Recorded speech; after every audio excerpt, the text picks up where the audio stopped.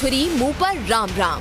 भारतीय वजीर आजम अक़वाम मुत्तहिदा में भीगी बिल्ली बन गए। जनरल असेंबली में 15 मिनट तक बोलते रहे, लेकिन कश्मीर का नाम तक न लिया। पाकिस्तान से आजाद कश्मीर छीनने की डेंगी मारने वाला आलमी फोरम पर कुछ न बोल पाया। अपनी तरक्की के अफसाने सुनाए और चल दिए।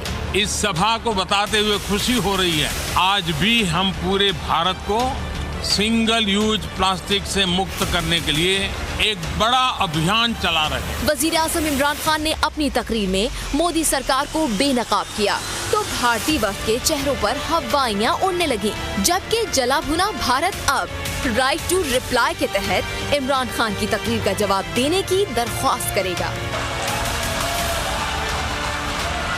उधर भारतीय मीडिया का हाल भी खिसियानी बिल्ली जैसा हो गया और कुछ ना मिला तो वजीर आज़म इमरान खान की तवील तकरीर पर ही तनकीद शुरू कर दी। वावेला मचा दिया कि इमरान खान ने मुकर्ररा वक्त से ज्यादा टाइम ले लिया। इमरान खान के 50 मिनट तक तवील खिताब से भारतीय मीडिया तिलमिला उठा और कुछ ना मिला तो मुकर्ररा वक्त से ज्यादा देर तक खिताब करने पर कप्तान को तनकीद का निशाना बनाने लगा। मेरे ख्याल से इमरान खान की ये तकरीर दिल से थी, हर चीज़ दिल से थी और बहुत ही इसने इंटेंस इमोशन के साथ की थी, जो कि पूरे अवाम के अंदर रेजोनेट हुई। रेजोनेट का मतलब लोगों के दिलो दिमाग पर गूंजी है वो, ये मेरे ख्याल है कि दिलो दिमाग गूंजी है। और क्योंकि लगता था कि ये दिल से बोल रहा है, कोई मसनूई चीज़ नहीं इसमें।